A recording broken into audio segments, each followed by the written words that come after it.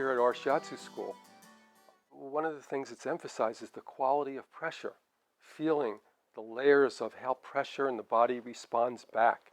Like every time you press into the body, at every layer, the body's talking back to you, and that tells you something. It's a conversation.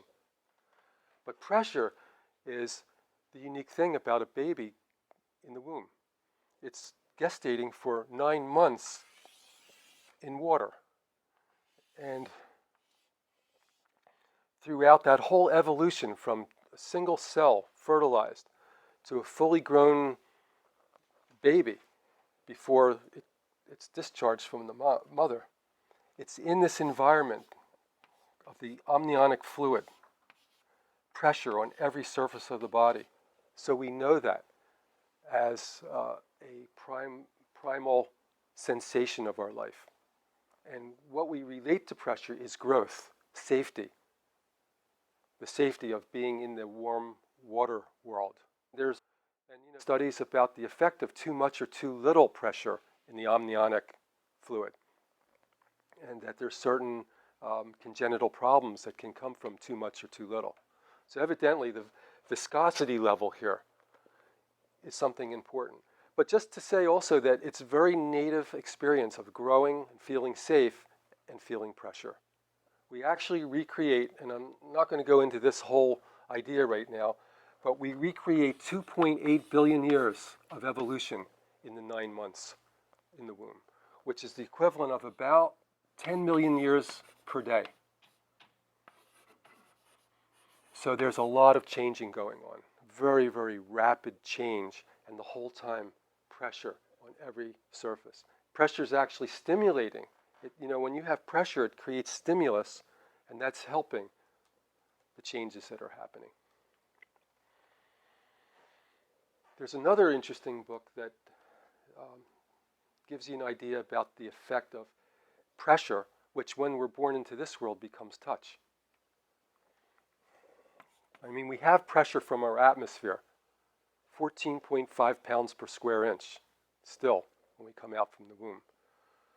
But actual strong pressure related more to this womb environment, we would then call touch. And that's what Shiatsu is all about. It's the quality of touch. It's not romantic touch, it's not hostile touch, but it's something that's supporting touch. So we can use all kinds of techniques, and I think that all techniques have their validity, their usefulness, but the real magic of Shiatsu is the touch and the quality of it, and recreating a sensation that takes us back to where we were growing freely and safe in the environment. And that's the primal thing that we communicate to the client when we touch them. And I think we should have that feeling no matter what the symptom is, no matter what we're feeling at that time. When we transport what we're doing to the receiver's body, that they should feel that sensation, that's really what we're trying to give. Do you remember this? Do you remember how that feels? And that the body knows what to do when it experiences that sensation. The body knows what to do. With Shin Tai, there's a connection to that, of course. And that is that we're not trying to fix anything. Now we can make adjustments. Everything from energy adjustments, Kyoin-jitsu, we can make adjustment of joints. All these techniques really are included in Shiatsu, traditional Shiatsu. But the main thing that we're trying to do is revive the inner force of the receiver's body. We're trying to revive their own healing power, which ultimately knows exactly what to do.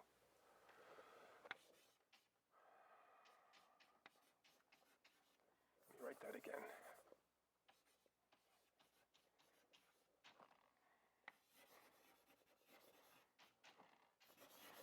We're helping them restore their own inner ability to heal themselves. The body has that knowledge if that knowledge, or what we call chi, can flow through the system and connect to all the different layers of the body, of the emotions, of the mind. And the more that gets connected, the more the healing power comes back up online and can do its work. It knew how to take a single cell and create a fully grown human being. And after birth, develop us through the childhood, through puberty, into adulthood. So it has all that knowledge. But it also, along the way, gets trapped, unable to express itself. And there's different reasons for that. Stress, physical stress, trauma, emotional stress, psychological stress, belief systems that inhibit the expression of our chi. And when that happens, it becomes either withheld or lost. And as we go through life, we lose our inner power.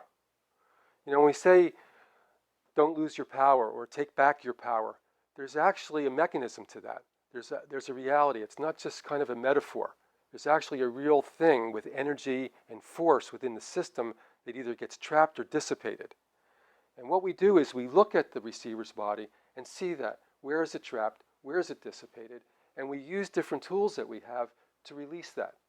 And once it's released, the power within the person's system takes over.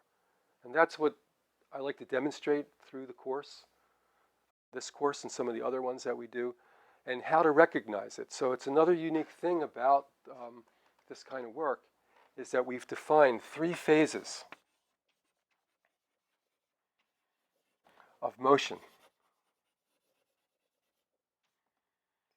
3 phases in which motion is restored within the system. So what does motion have to do with all that we're talking about? Well, one thing is we went back to pressure, cycling. That implies what? Cycling of electromagnetic energy. If it's cycling, it's doing what? Now, Masunaga said something that very abstract, something that kept me thinking till now. I'm still thinking about it. And he said that in the primitive cell, meridian is equal to motion. So that's kind of an abstract thought for me.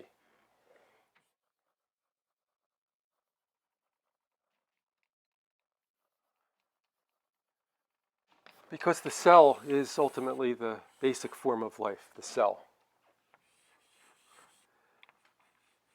And he was saying something which I think he kind of repeated from his own studies, that very simply, when the cell's moving, it's alive. When the cell stops moving, it's no longer alive. So this very primal, very basic energy of life is motion, or expressed as motion. And he said in the primitive cell also that motion, which we can keep in the back of our mind, is the same as meridian. Motion allows the cell to perform the basic life functions.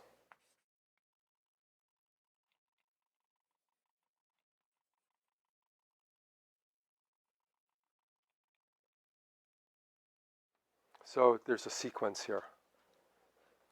That means like ingestion, digestion, elimination, not only of particles that help to maintain the cell, give the cell what it needs to reproduce, so it also means reproduction. Also the exchange of oxygen and carbon dioxide. The cell also has a unique aspect that differentiates it from its environment, and that's the cellular membrane, which has a very interesting intelligence. And we study that a lot in this work, the intelligence of the membrane, because we have several layers of membrane, but we'll get back to that at another time. And so the basic life functions, as I mentioned, the whole digestive cycle, the breathing cycle,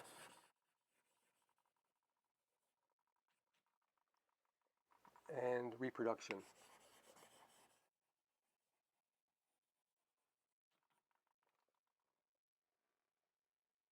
And then, if we go through the entire progression of evolution and we come to the point of the human being,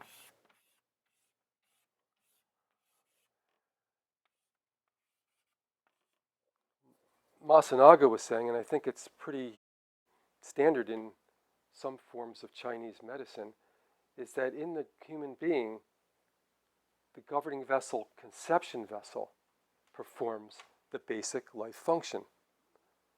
So here he's identifying that as something related to motion. Here he's saying that the governing vessel, conception vessel, and as we'll learn over time, is this is actually the same meridian. It's two faces of the same coin. But anyway, they're oftentimes identified as two different meridians. And that meaning the basic life function is the intake and the discharge of qi.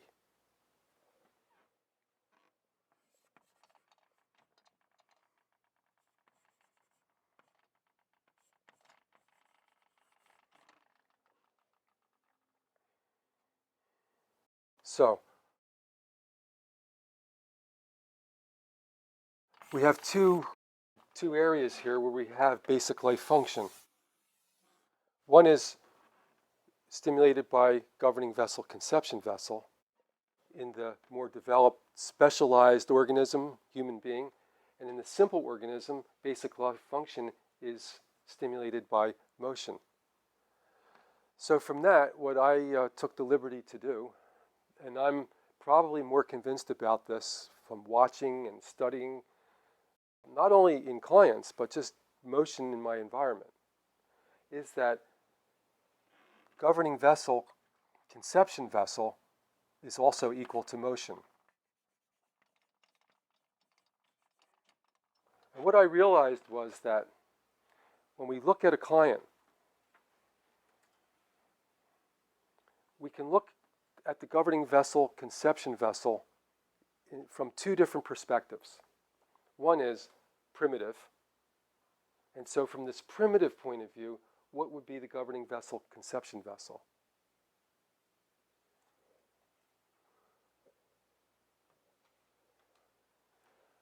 It would be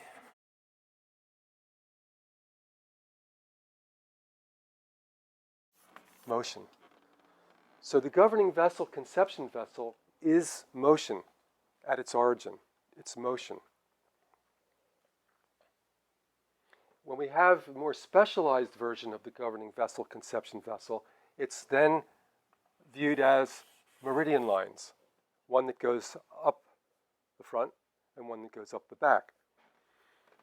But another interesting thing, I think, with governing vessel, conception vessel, is that all the forms of diagnosis that we use for the 12 meridians are absent for governing vessel, conception vessel. Why is that? In other words, you have the pulses, you have the tongue diagnosis, you have the facial diagnosis, you even have the eye diagnosis. So why do we have the lungs, the heart, the small intestine, etc., but we never have a diagnosis for a governing vessel, conception vessel? Well, Masunaga made another interesting comment, and I think I'm pretty sure that he was drawing this from classic Chinese medicine. And that is that governing vessel and conception vessel stand above all the other 12 meridians. That's one thing that he says. That they're extraordinary, they're more important than the others. And the other thing he said is that they govern the 12 meridians. They regulate. So you've got all these meridians that you've learned about, but he's identifying governing vessel, conception vessel as the force that regulates those 12 meridians. So it seems like governing vessel, conception vessel must be important. Thing is that in Shiatsu, at least when I studied Shiatsu, we really never had any way to diagnose or treat. I mean, yes, you could apply pressure up this line on the front, pressure up the middle of the back, and that was it. But we had no real diagnosis for it. And what I understood at a certain point is that we can't view the diagnosis from this point of evolution, or what Masunaga called specialization. was a very important part of his teaching. And he drew a lot of it from a lot of different sources that I won't talk about right now. So it's not like he alone realized all this. He was borrowing from Chinese medicine, he was borrowing from the study of Shinto, and he was borrowing heavily from Western psychology. And he started out not as a Shiatsu practitioner, he started his career as a psychologist and then transformed into a body worker. So it's important to know that he had a big background in psychology. So he was looking at the human being, or a lot of animal species, as specialized. And he was looking at the 12 meridian system as a specialization of the information system.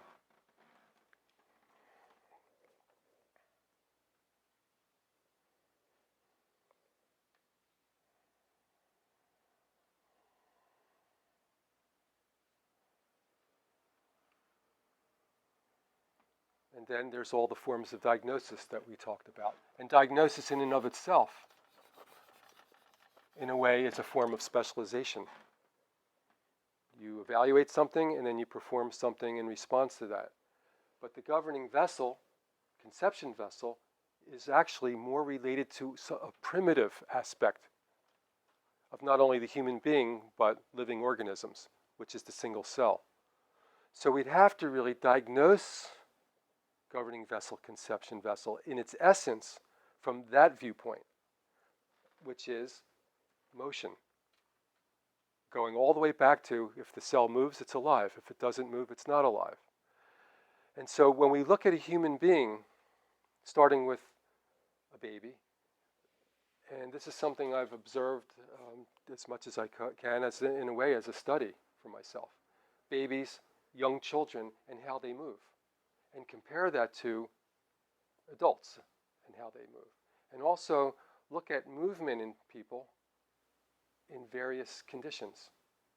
Like how is the movement through the system of a person's body that's experiencing deep sickness? How is the movement in a person's body that's more vital, that's moving, that's active, that's productive? So that's been interesting for me. So I've been observing that, studying that. What I noticed over time was that there's a whole spectrum of movements. Now, these aren't really the movements of like your arms and legs in more gross physical movement, but more when you're at rest, you're breathing. But you also notice that there's movement of all the joints, there's movement of all the organs, and I choose to call this micro movements, or more related to cellular movement. And what you can see after a while is that certain areas of the body that were very mobile for children have become frozen or locked down for adults. And so what caused that? What caused that is stress. Stress defined as something that is a state of not being adapted. So physical stress from trauma, where something locked up but never was freed. Stress from an emotional impact, there was a reaction that was never resolved.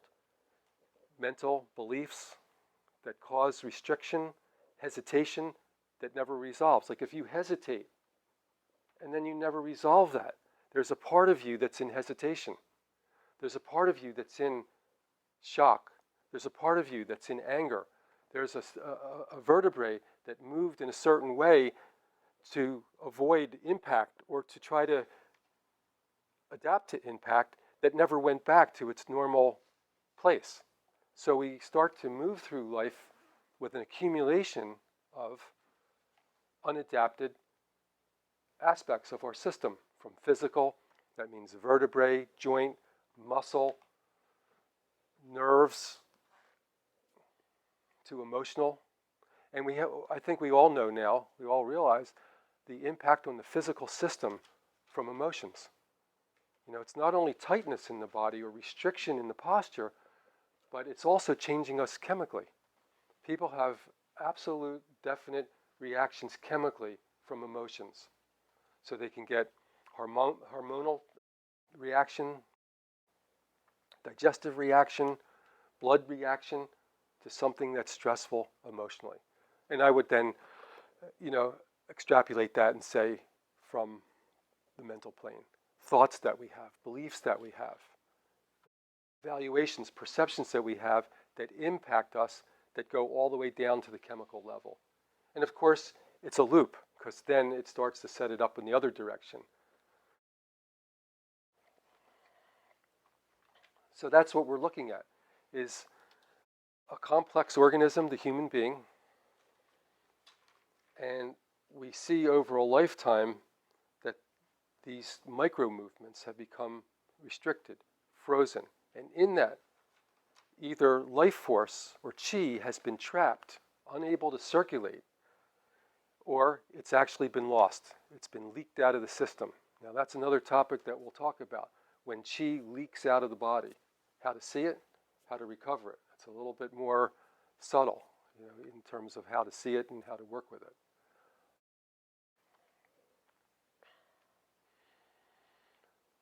So, in our perception, first of all, we take a look at the movement of the body.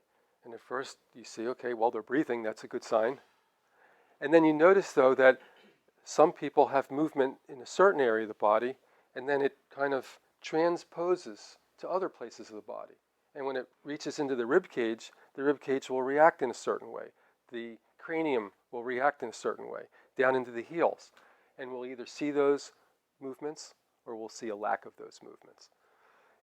Our job then is to encourage the body to recover motion, which now we've defined that as motion really means expression of life. I think people are unhappy when they can't move. People are unhappy when they can't express their chi, which is creativity, productivity, pleasure, various forms of pleasure. Exercise can be a form of pleasure.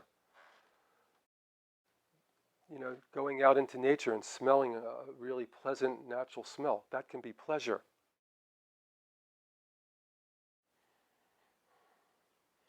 So I developed this idea of 3 phases of movement or motion, and we'll go over that. First this week we're going to just look at motion in a very generalized way. And then as we go through the classes, then we'll start to look at more specific movements, and then we'll put it together in a whole system. I'd rather go from the more generalized to the specifics second.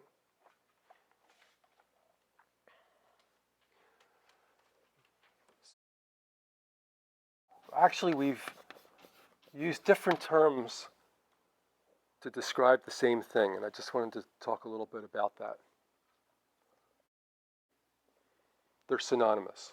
So motion, life force, same thing at the same time.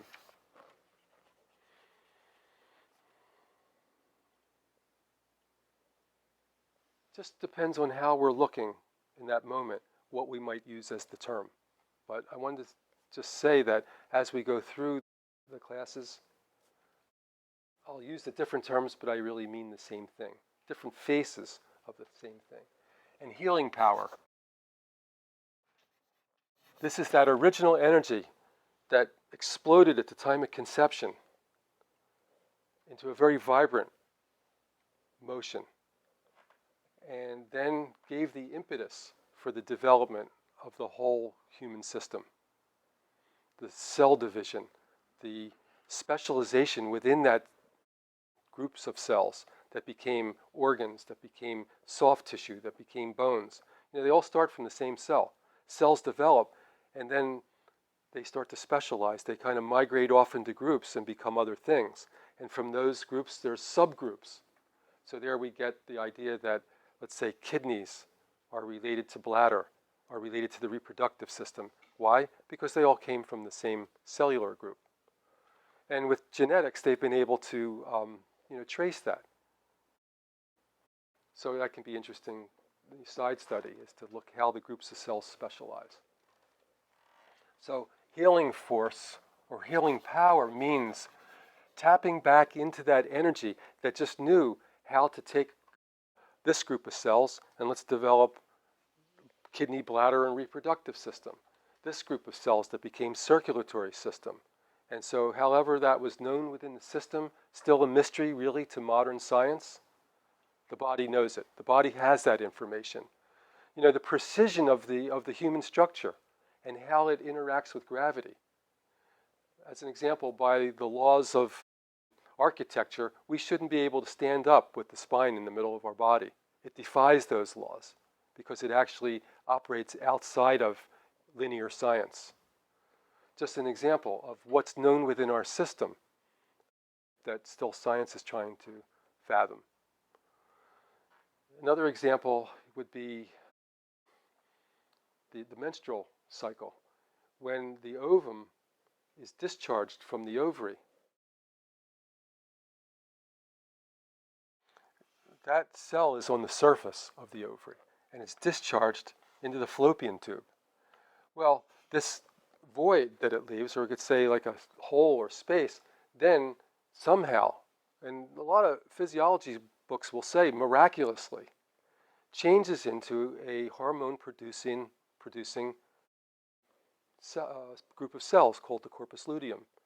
And that starts to produce hormones that prepares for the implantation of the cell if it's fertilized.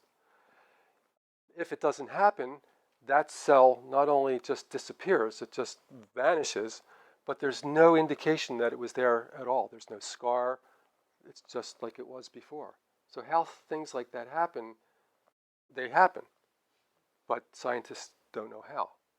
There's also another thing that's called biological transmutation that still a lot of scientists and dietary consultants, they deny it.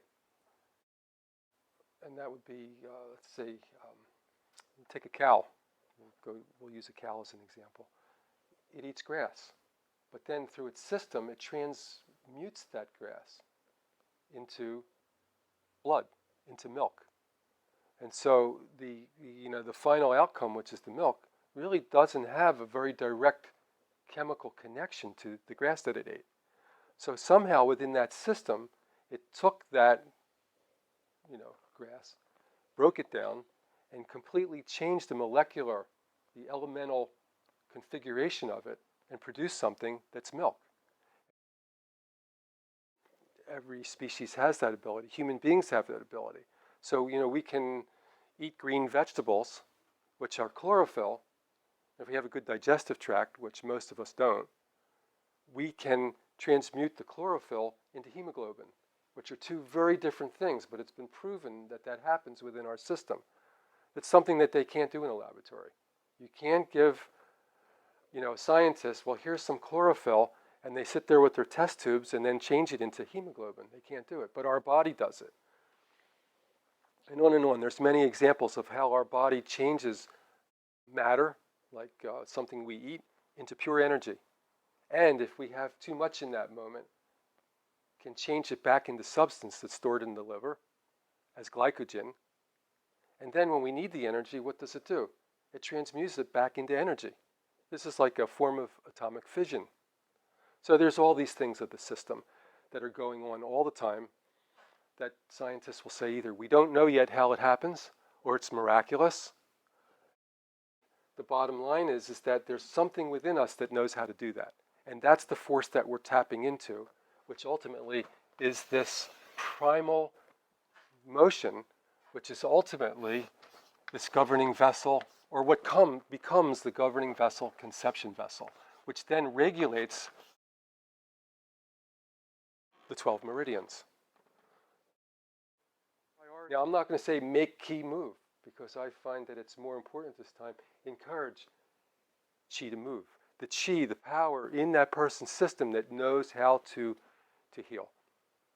Now, am I saying that's all they need? No, I'm not saying that.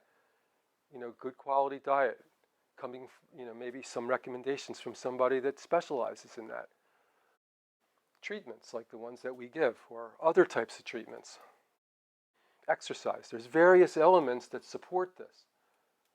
But on the other hand, if we don't spark, again, this primal movement in the body, healing's a difficult thing. And body work isn't the only thing that sparks it. whether it's this technique or some other technique. Sometimes people are suddenly triggered by an experience they have, and it just revamps all of their inner energy. And I've seen that before. I really have seen some miracle healings that just happen spontaneously. I haven't seen a lot of those, but I've seen a few where people had certain experience, it sparked this inner force, and they were healed. And I've seen that happen with cancer, and I've seen that happen with a very strange illness called myasthenia gravis. I've seen people with Epstein-Barr syndrome really cure themselves almost within one treatment or one experience. So it can happen. But generally, as we know, healing is a journey. It's something that takes place through acquired knowledge, through the awakening of our awareness and consciousness, and it's a process that we go through, and that we're willing to go through, and that we persevere with, and that we enjoy a lot of days, and some days we don't enjoy it, because it means we have to give up bad habits. It means we have to give up bad thoughts that we're attached to, that we identify with. So sometimes it has these challenges. I wanted to point out what's unique about Shin Tai, about the work that we're going to learn in these days, and some of the things in the background. Main thing, motion, these three phases of motion, and really we're not healing people. We're not fixing people. We're only interacting with them with some tools that we have to try to help them revive their own inner